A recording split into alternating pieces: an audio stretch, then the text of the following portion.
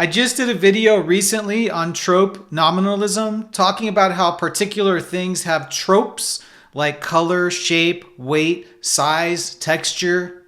So if I'm looking at a wooden chair, it's brown, it's shaped like a chair, it weighs what you'd expect a wooden chair to weigh of that size. The size is designed to be functional for an average human, and the texture is wood texture. So the color, brown, is typical of wood color. We don't typically think of wood colored chairs as appealing to a universal wood color. But I think we should, because trees are alive and have evolved from ancient ancestors, which could be considered the universal source for the brown of the wood that we see in wooden chairs. It just seems like a lot of people in contemporary theories discount universality. They don't really look at the history of the object well when they talk about it.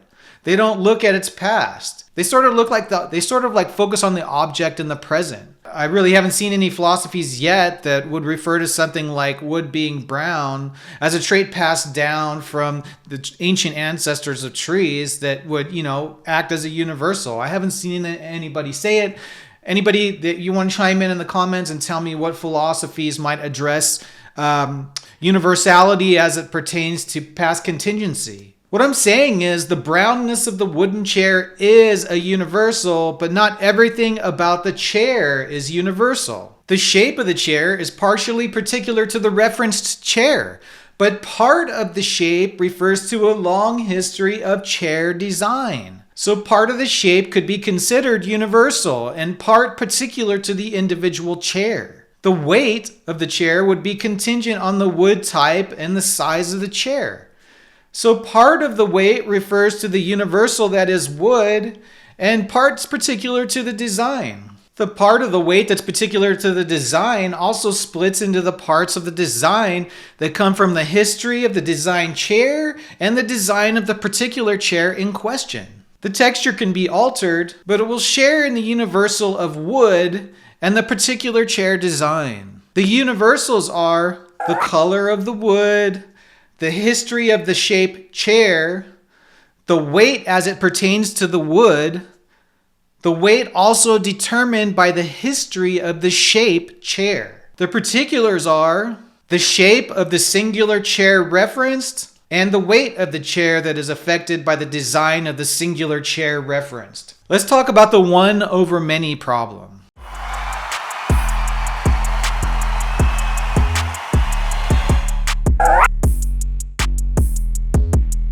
The one over many problem in philosophy is a classic issue in metaphysics, particularly in the debate about universals.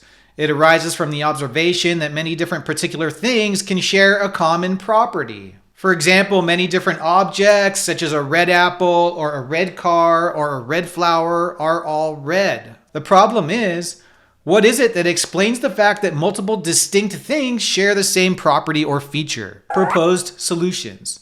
Platonism. Realism about universals. There exists abstract universal entities that all red things participate in or instantiate. Aristotelian realism. Universals exist, but only within the particular things themselves rather than as independent abstract entities. Nominalism. There are no universals, only particular things, and we simply group them together based on similarities. Conceptualism. Universals exist only as mental constructs or concepts in the minds of thinking beings. This problem is central to the philosophy of properties, classification, and ontology, influencing discussion about how we understand and categorize reality. If you guys know of a philosophy that deals with universals in such a way as to tie them together with their past contingencies, let me know, because I want to study that philosophy. I want to know what's out there now. The history of particular things is represented in their momentary existence. Thinking about history is kind of crazy. Our history just sort of disappears into nothingness as we pass through our reality in the present. All we have to know that it existed at all is in our minds, our written records, our photographs, our film. But all that evidence conditions the present with history. In my mind, I just feel like history still exists there, but it really doesn't. In reality, it's only the remnants of history that exist now and condition the present and make us feel that way because we've seen parts of it in our minds and through our perception. The present is when it all happens. Our evidence in our minds condition the present. Certainly, computers and technology and databases have really solidified and augmented that sort of temporal perspective. And it will sort of carry over time, which is good for humanity, which really has a 100-year window for the individual.